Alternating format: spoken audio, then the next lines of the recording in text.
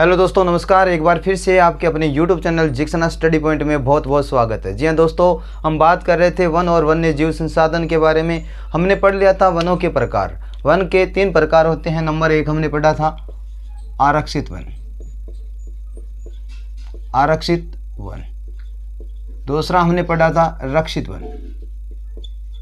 रक्षित one. और तीसरा हमने पढ़ा था अवर्गीकृत वन।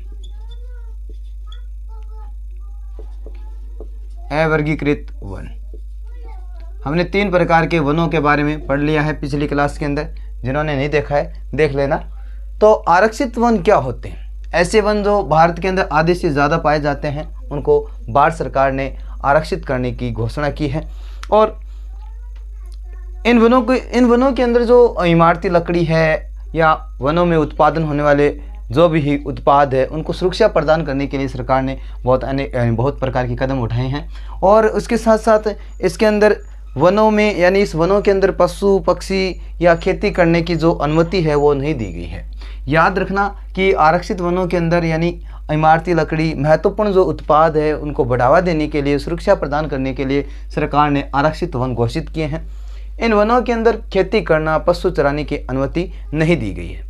दूसरा जो आता है रक्षित वन, यानी इन वनों को और अधिक नष्ट होने से बचाने के लिए क्या किया गया है? रक्षित किया गया है। क्या किया गया है? रक्षित किया गया है। यानी ऐसे वन जो और अधिक नष्ट होने से बचाने के लिए उन्हें सुरक्षा प्रदान की गई है। और इन वनों के अंदर पशुओं को चराने और खेती करने की अनुमति कुछ विशेष प्रावधानों के साथ इसको प्रदान की गई है। यानी इन वनों के अंदर जो पशु है, पशुपालन है या पशु चराने की अनुमति या खेती करने की अनुमति कुछ विशिष्ट प्रावधान के तहत उनको प्रदान की गई है लोगों को। ठीक है, यानी रक्षित वनों के अंदर हम बात करें तो ऐसे वन जो है भारत के अंदर हरियाणा के अंदर मिल जाएंगे, बिहार के अंदर मिल जाएंगे, पंजाब के अंदर मिल जाएंगे, या हम बात करें उड़ीसा, राजस्थान, हिमाचल प्रदेश के अंदर रक्षित वन हम देख सकते हैं। जब हम बात करेंगे आरक्षित वन, तो आरक्षित वन महाराष्ट्र राज्य के अंदर मिल सकते हैं। जम्मू कश्मीर यानी मध्य प्रदेश के अंदर, जम्मू कश्मीर के अंदर आरक्षित वन हमें देखने को मिल सकते हैं। हम बात करेंगे अगला जो अवर्गीकृत वन है। अवर्गीकृत वन यानी ऐसे वन होते हैं जिनका स्वामित्व हम बात करें तो सरकार के हाथों में होता है या व्यक्तियों के हाथों में होता है या समुदाय के हाथ में होता है। यानी ऐसे वन जिनका स्वामित्व है व्यक्ति, समुदाय या सरकार के हाथों में होता है, इनकी देखरेख करने का कार्य कौन करता है? व्यक्ति कर सकता है, समुदाय कर सकता है या सरकार करती है। इसके अंदर पशु को चराने के लिए यानी ऐसे वन जो सभी जगह पर देखने को मिल सकते हैं। यानी इस प्रकार के जो वन है वो भारत के पूर्वी देश राज्यों के अंदर देखने को मिलते हैं। और साथ साथ हम बात करें तो गुजरात के अंदर भी ऐसे वन पाए जाते हैं। याद रखना कौन से वन? अवर्गीकृत वनों के बारे में हम बात कर रहे हैं। अब हम इसके आगे हम शुरू करेंगे कि राजस्थान के अंदर एक गांव है। राजस्थान के अंदर गांव के कई लोगों ने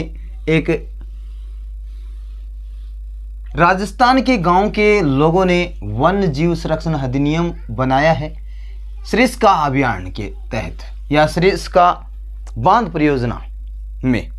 सरिस्का बांध परियोजना, सरिस्का बांध परियोजना, सरिस्का बांध परियोजना या सरिस्का बांध रिजर्व बात करें या रिजर्व के तहत राजस्थान के गांव के लोगों ने क्या किया है? वनों को सुरक्षित करने के लिए क्या कर रखा है? वन्य जीव संरक्षण अधिनियम बनाया है। वन्य जीव संरक्षण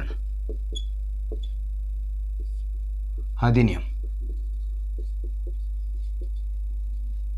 वन्य जीव संरक्षण अधिनियम बना रखा है। या इसके अंदर क्या किया गया है कि सरिस्का बांध रिजर्व के तहत यानी गांव के अंदर गांव के लोगों ने प्रयास किए हैं, कोशिश की है, कार्यरत हैं कि जो गांव के अंदर जो खनन कार्य हो रहे हैं उनको बंद करने का कार्य किया है। क्या किया है? बंद करने का कार्य किया है। याद रखना। देखिए एक बार फिर, सरिस्का बांध परियोजना के तहत राजस्थान के लोगों ने वन्य जीव संरक्षण अधिनियम के तहत खनन कार्य बंद करने के प्रयास किए हैं। क्या किए हैं? खनन कार्य बंद करने के कार्य हैं, उनको बंद करने का कार्य का प्रयास किया है। किन लोगों ने? राजस्थान के गांव के लोगों ने, याद रखना। अब हम बात करें राजस्थान के अलवर जिले में। राजस्थान के अलवर जिले में 5 गांवों के लोगों ने 100 यानी 1200 हेक्टेयर वन भूमि भैरव देव डाको। 5 गांव के लोगों ने 1200 हेक्टेयर भूमि को भैरव डाको सेंचुरी घोषित किया है। क्या किया है? भैरव डाको सेंचुरी घोषित कर रखा है, घोषित किया। कहां पे? अलवर जिले के अंदर। अलवर जिले के अंदर 5 गांव के लोगों ने 1200 हेक्टेयर भूमि को, ठीक है, हेक्टेयर भूमि को भैरव डाको घोषित किया है। इस भूमि के अंदर यानी शिकार को वर्जित कर रखा है, शिकार नहीं होने देते हैं। क्या नहीं होने देते हैं? शिकार नहीं होने देते हैं, वर्जित कर रखा है। और हम बात करें कि इसके अंदर जो लोग घुसपैठ करके इस वनों को नुकसान करने का काम करते हैं, उस पर भी कड़ी कार्रवाई करने का कार्य किया है, ठीक है।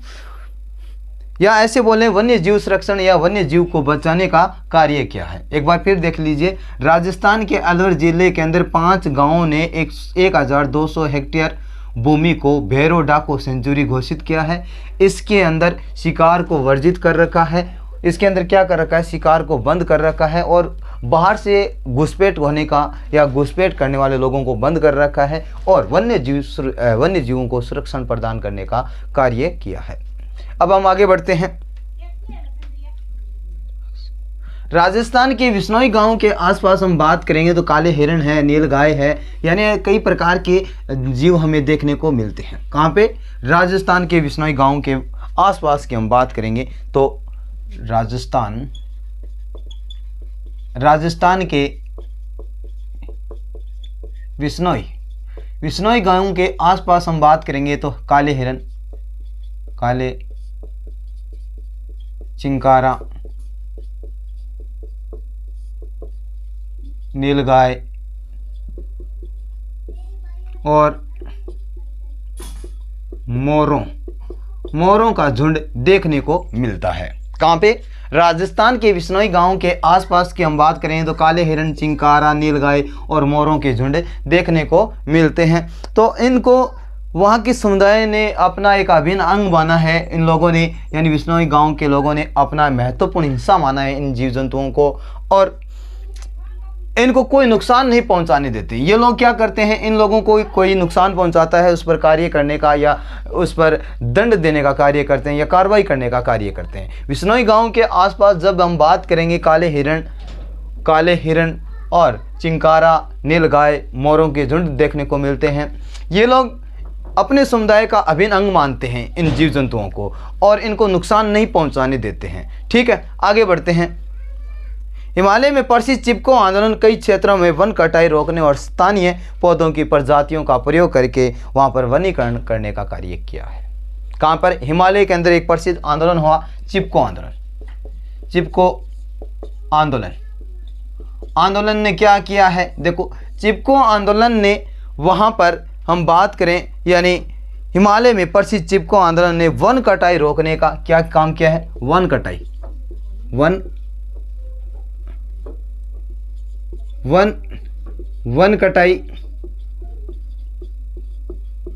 रोकने और स्थानीय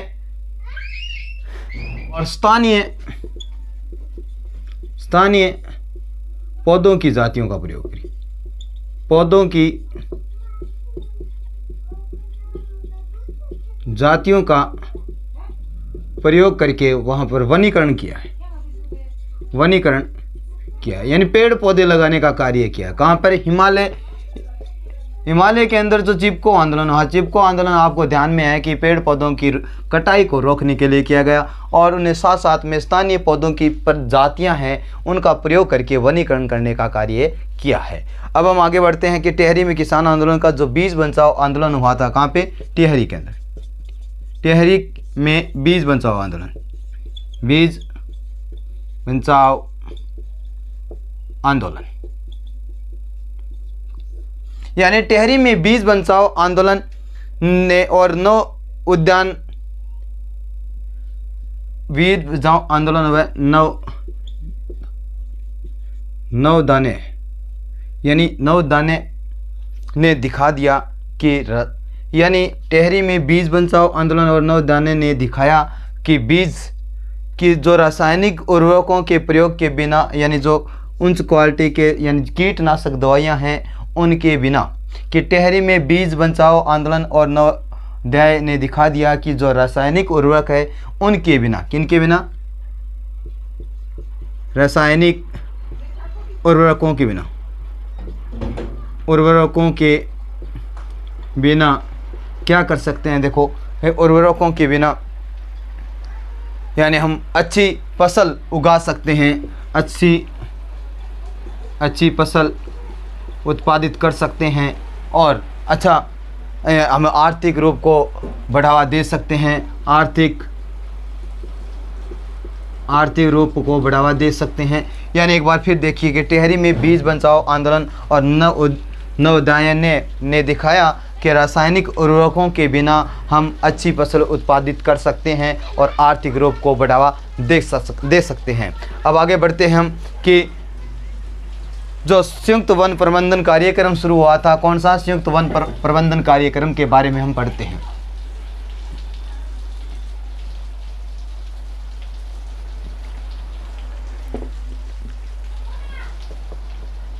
संयुक्त वन प्रबंधन, संयुक्त वन प्रबंधन कार्यक्रम,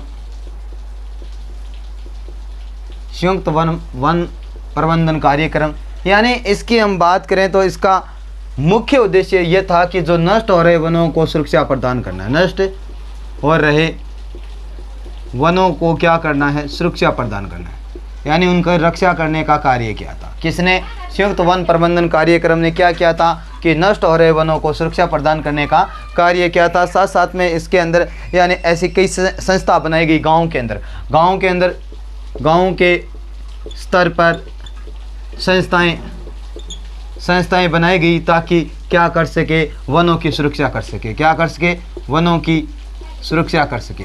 याद रखना दोस्तों कि वनों की सुरक्षा के लिए गांव के स्तर पर अनेक संस्थाएं बनाई गई और साथ साथ में यह भी ध्यान रखना कि ग्रामीण और वन विभाग के अधिकारी यहां पर संयुक्त रूप से कार्य करते हैं। गांव के मुख्य आदमी, गांव के आदमी और वन विभाग के अफसर, वन विभाग के अफसर की हम बात करें, अवसर की बात करें, ये दोनों संयुक्त रूप से कार्य करते हैं, इस वनों को सुरक्षा प्रदान करने का कार्य करते हैं। जब हम बात करेंगे 1988 के अंदर इस कार्यक्रम की शुरुआत की जाती है औपचारिक रूप से, इस कार्यक्रम की औपचारिक रूप से 1988 के अंदर इस कार्यक्रम की शुरुआत की जाती है और संयुक्त वन प्रबंधन का पहला जो प्रस्ताव था वो उड़ीसा के अंदर किया गया था। कहाँ पे किया गया था? उड़ीसा के अंदर। उड़ीसा के अंदर पहला संयुक्त वन प्रबंधन कार्यक्रम का जो प्रस्ताव था वो उड़ीसा के अंदर शुरू किया जाता है। औपचारिक रूप से 1988 में इस कार्यक्रम की क्या की जाती है? शुरुआत की जाती है। इस प्रकार से हमारा ये लेसन पूरा होता है और अगले हम बात करेंगे कृषि के बारे में। तब तक के लिए जय हिंद, जय भारत।